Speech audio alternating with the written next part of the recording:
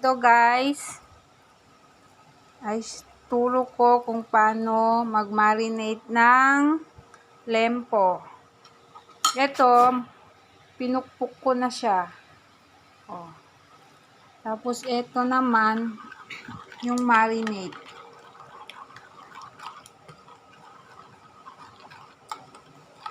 Halo-halo para matunaw yung asukal.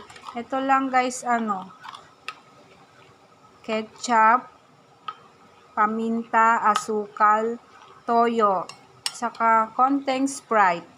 Tapos nagdikdik ako ng bawang. Tapos halo lang ng halo hanggang lumapot. Matunaw yung asukal. Tapos saka ko to ilalagay. Yan. Pero